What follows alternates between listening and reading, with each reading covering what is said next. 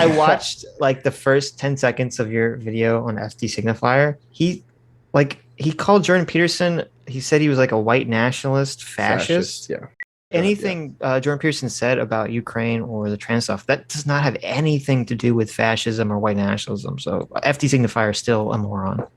FD Signifier is a conservative too, which is what's hilarious. You listen to What do you mean? FD Signifier, and Adam, you commented on the video I made. I was reacting to FD Signifier's criticism, and FD Signifier commented on that video. It's like, did he really? Your Jordan Peterson video? Yeah. And do you watch FD Signifier, Sitch, at all? I am aware of him. I've tried to watch some of his videos, but I find them very boring. Yeah. Yeah, it's true. But what were you going to say? I interrupted. Well, so I think it was 2 or 3 days after I reacted to his video, then Peterson came out with the Elliot Page stuff, and then FD Signifier came back and commented. He's like, amazing how like a couple days after this video got posted, JP shed all level of nuance or whatever, and I responded. I'm like, I get where you're coming from. Like I would be lying if I didn't understand why people now have a reflexive distaste of Jordan Peterson, despite the fact that I personally think he's. This is my perspective, and what do I know? But like I think to the degree that he's reforming science and religion, Jordan Peterson, I think he's like a Martin Luther type character, and that he's reforming how we think about religion and bringing it back. And coupled with the fact that Martin Luther was around when the printing press came out, right, which extended his reach.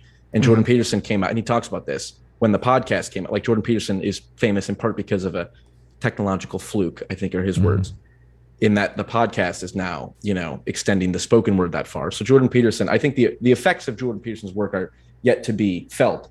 But so that'll never change as far as I'm concerned.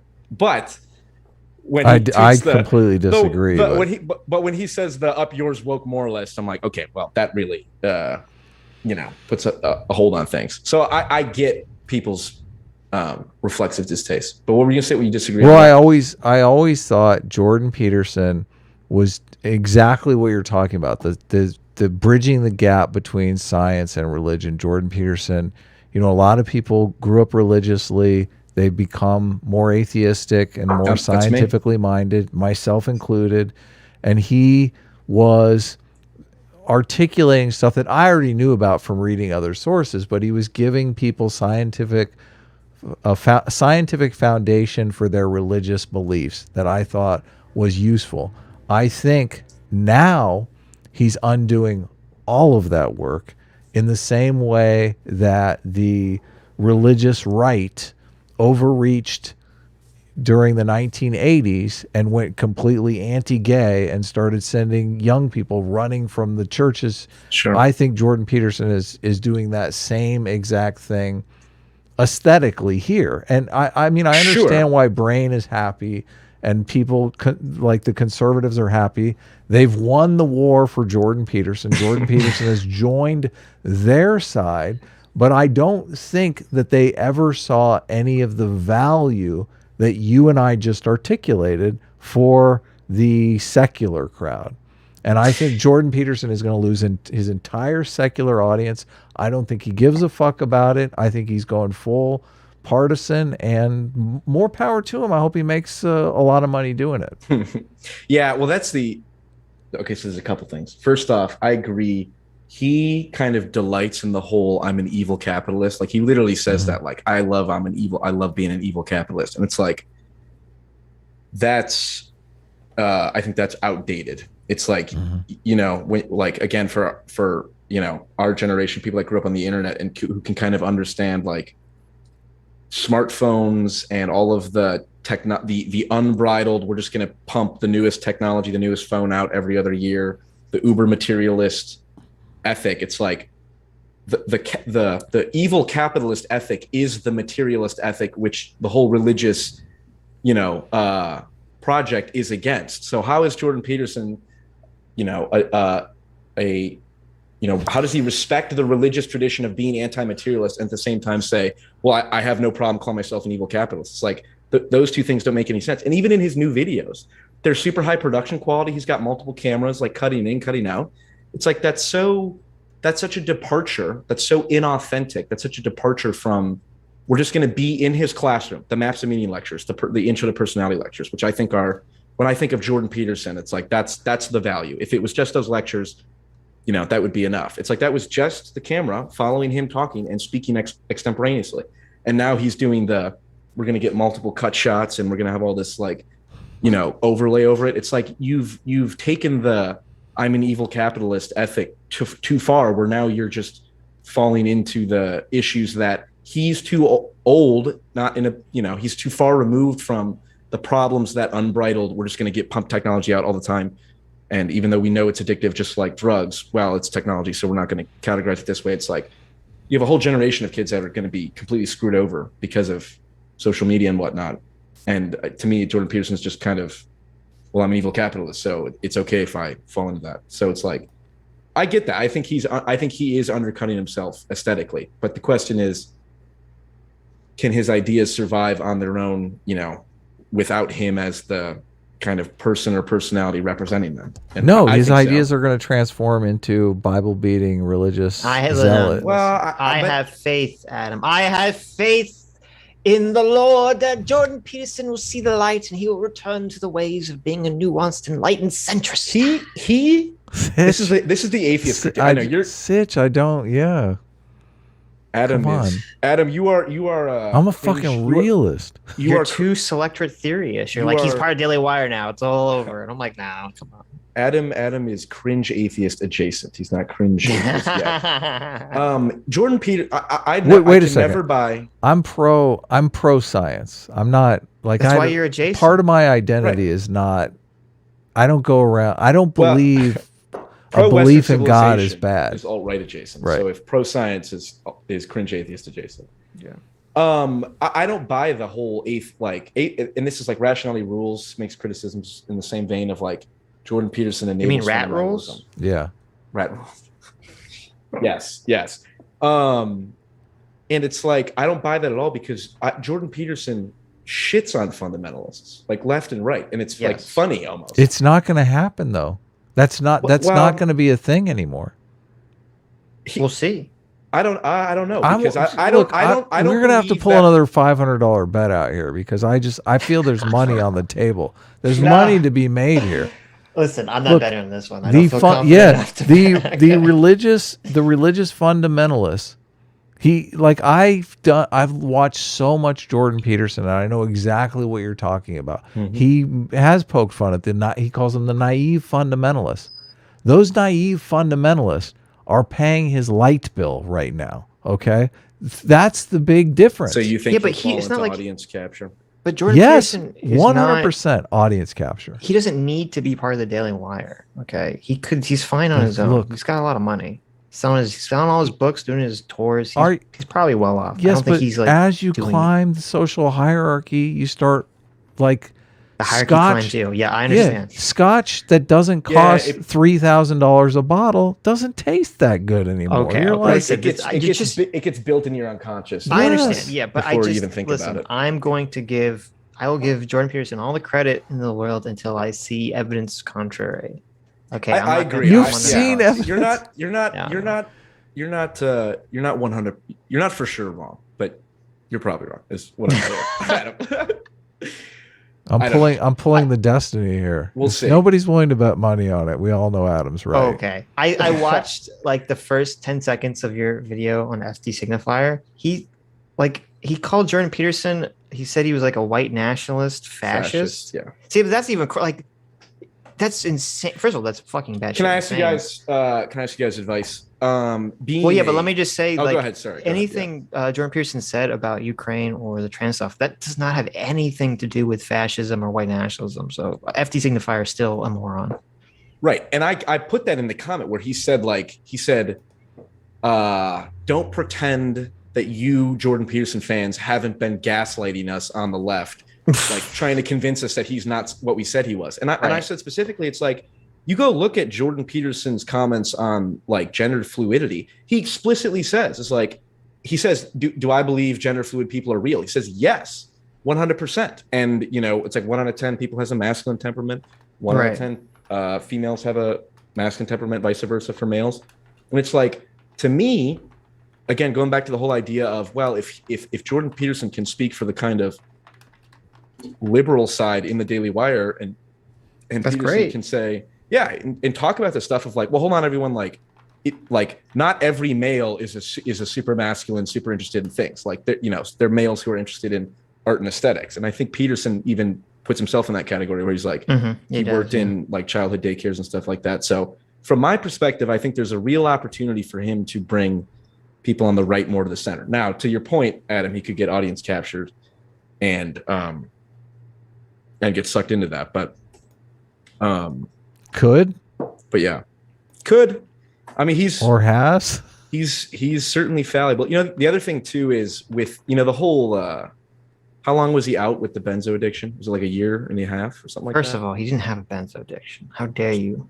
The withdrawal, right? Didn't he have benzodiazepine withdrawal? He took it, well, according to his daughter, he took it only once. So unless she's sure, but he was on, you're right, I'm being imprecise with my words. Yes. You could say he was on some other antidepressant or something that I think the some benzo weird subbed in reaction for. or something. Yeah. Right. So he was out with a horrific sickness for what, a year and a half or something like that. Mm-hmm. Yeah. Us three, I would assume, can't even imagine, like, okay, what does that do for you psychologically? Plus being at how old, he's almost 60, right? Something like that. Yeah.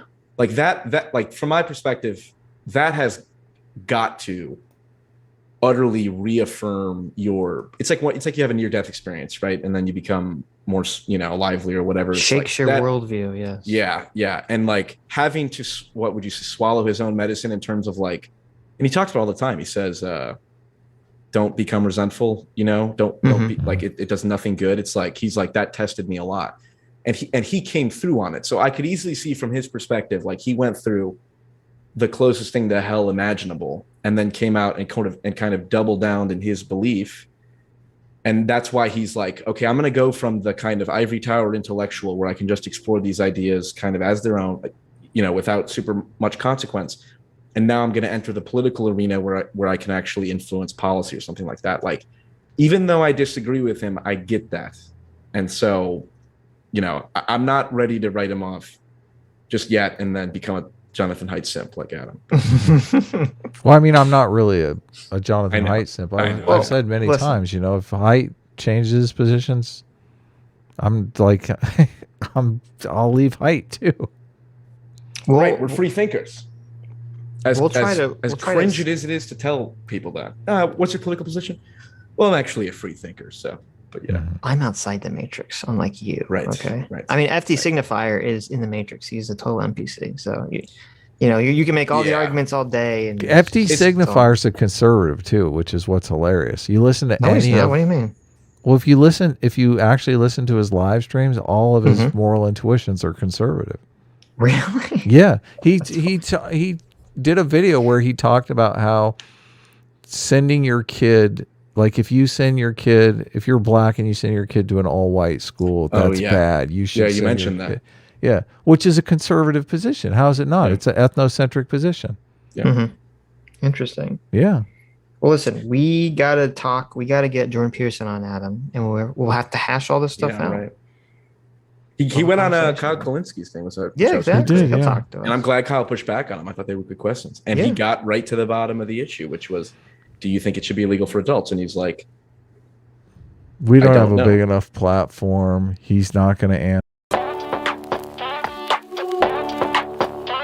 The whole, like, taking a stance, this is a permanent problem that I think about in terms of, like, not the porn stuff, a permanent taking a stance in terms of, like, okay, at what point do you be the, what would you say, like, the mediator? Like, I'm going to engage with, like, Vosh, good faith, right? Mm-hmm. Even though I know he's not. Sucker. Right? Versus, like, okay, I'm going to take a stand and just call out stuff for what it is. So, for example, like, Adam, you said FD Signifier is like an ethnocentrist. And if he has the position that if you have black kids, you should not put them with white kids, it's like, okay, that's not inaccurate, right? Like, you should probably call that out for what it is. Like, fair enough. But then my perspective is, like, is it better to be, because I have two FD Signifiers, one, and then I did one on Philosophy Tube's criticism of Jordan Peterson. And what happened is, because I typed in Philosophy Tube and FD Signifier's name in the title, all of their fans came to the video.